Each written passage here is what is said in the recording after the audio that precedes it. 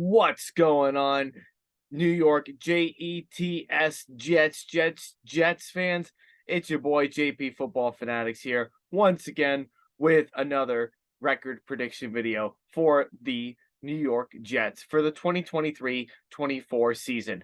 Now that they have acquired finally and what it seems to be their official quarterback in Aaron Rodgers and acquiring some of the former Green Bay Packers players such as Randall Cobb and Alan Lazard, like those kind of guys right there.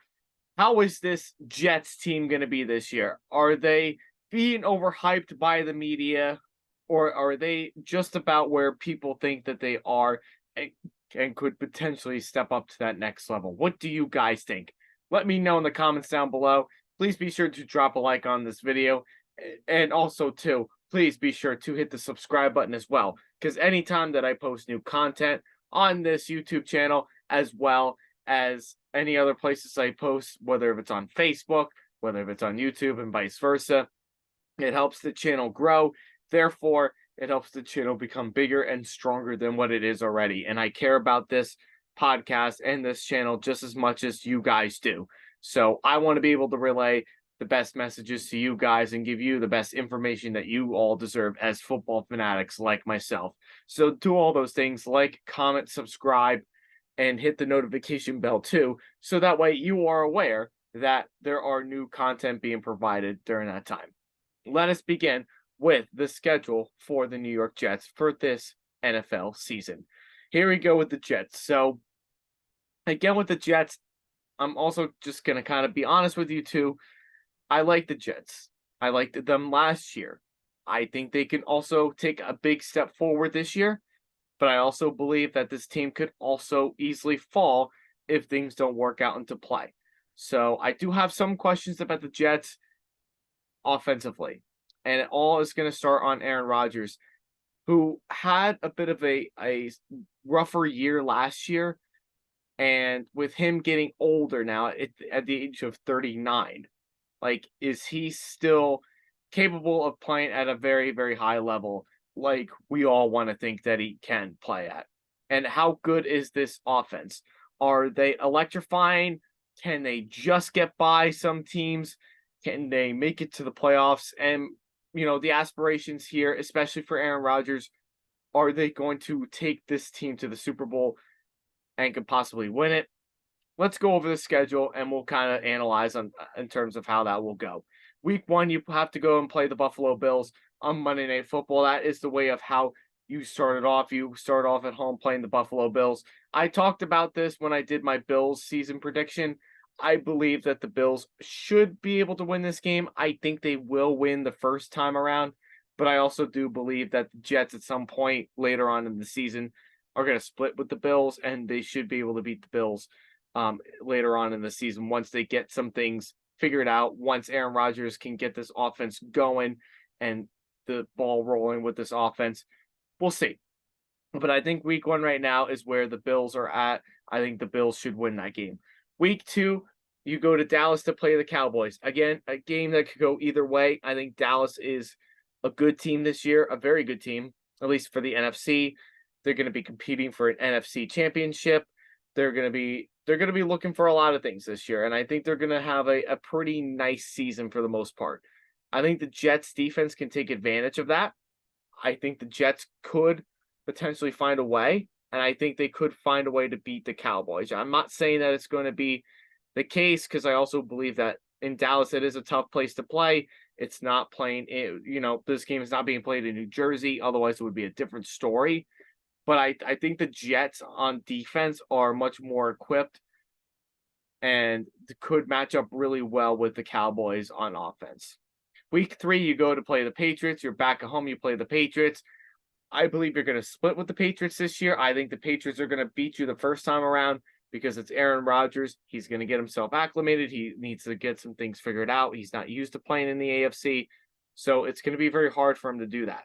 So I think he's going to split with the Patriots. I think you guys are going to win the first time in week 3 at home. And then I think the Patriots will come. And then I think you guys can go ahead and you can beat them on the road at Gillette Stadium. So at the end of the year, so I think you can win in Week 18, and I think you guys can win in Week 11 against the Bills.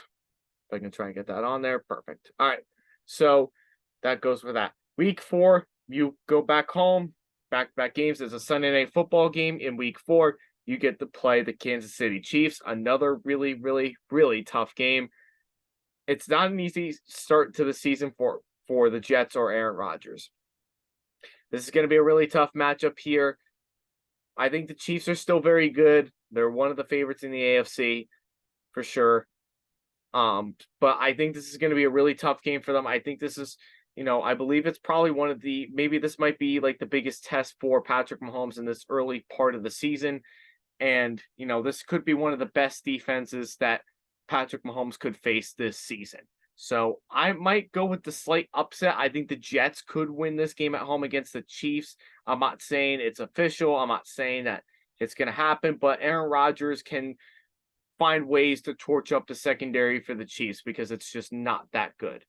Then you go to Week 5, and then you got to play the Broncos. I think you should be able to beat the Broncos like you did last year.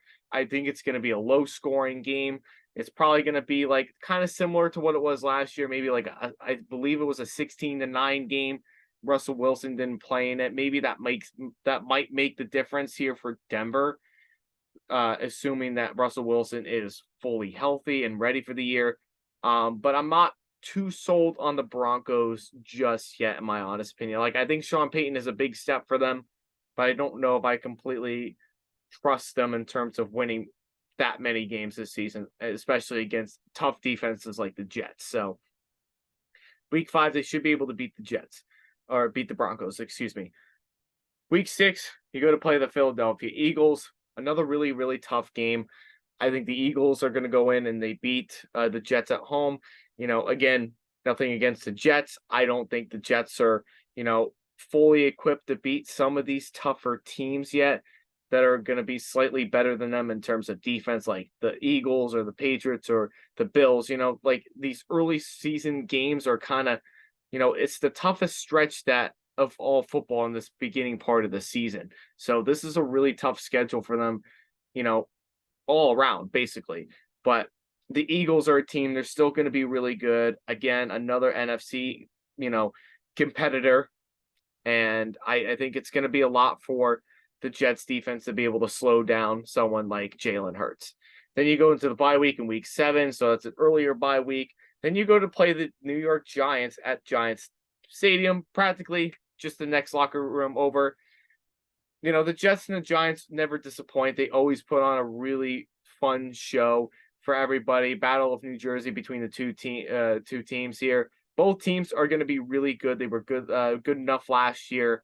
I think both teams will be even better this year. So right now, it's very hard to say whether or not I think the Jets will win or the Giants will win because I really do like both teams a lot. I've always had, since from coming from New Jersey and everything, I've always respected both teams.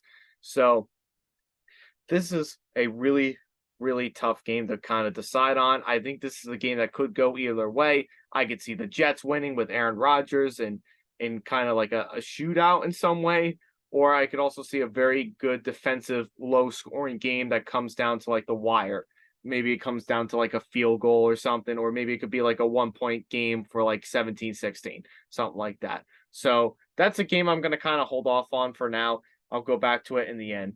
Week 9, you played the Los Angeles Chargers at Jet Stadium. I'm going to pick the Jets to win on Monday Night Football against the Chargers. I think, the Chargers they do okay when they're on the road, but this is probably going to be one of the toughest defenses that Justin Herbert and company are going to face this whole season. And I don't know. And this Chargers defense, I don't know if I completely trust them. I think there's still a lot of questions about how they can perform. And if they're playing like Breece Hall, if Breece Hall is already back at this point in the season, or, they're having tough times in terms of stopping like, Garrett Wilson or, Alan Lazard, like their wide receivers aren't exactly like crazy good, but they're good enough that they can take advantage of it. If Breece Hall, if he's ready to come back into this game, it will be very competitive. It will be very hard for the Chargers to beat them. Week 10, the Jets have to go across the country to Las Vegas to play the Raiders. I think a game I'm probably going to skip for now. I think it's going to be a nice, evenly matched team here for both teams here. The Raiders, are a tough team. I think they have one of the best offenses in the league, especially in the AFC. I think they can compete with a lot of teams this year, but it just really comes down to defense. So that's why I kind of have to hold off on that one until I kind of, go through the rest of the schedule. Week 12, you play the Miami Dolphins, and it's a Black Friday game. I said in my Dolphins prediction video, I think you're going to beat the Dolphins at home on Black Friday, but then you're going to lose to them in Miami in week 15. Because I think the Dolphins are a good team in the AFC East. There's a lot of really good teams. This is a really tough division. And I also feel like when you're in Miami, it's also a lot tougher to play in considering the climate. So, and the Jets are not going to be used to that in this time frame of the season. Week 13, you play the Atlanta Falcons at Jet Stadium. You should be able to beat the Falcons. I don't think the Falcons are that bad of a team this year.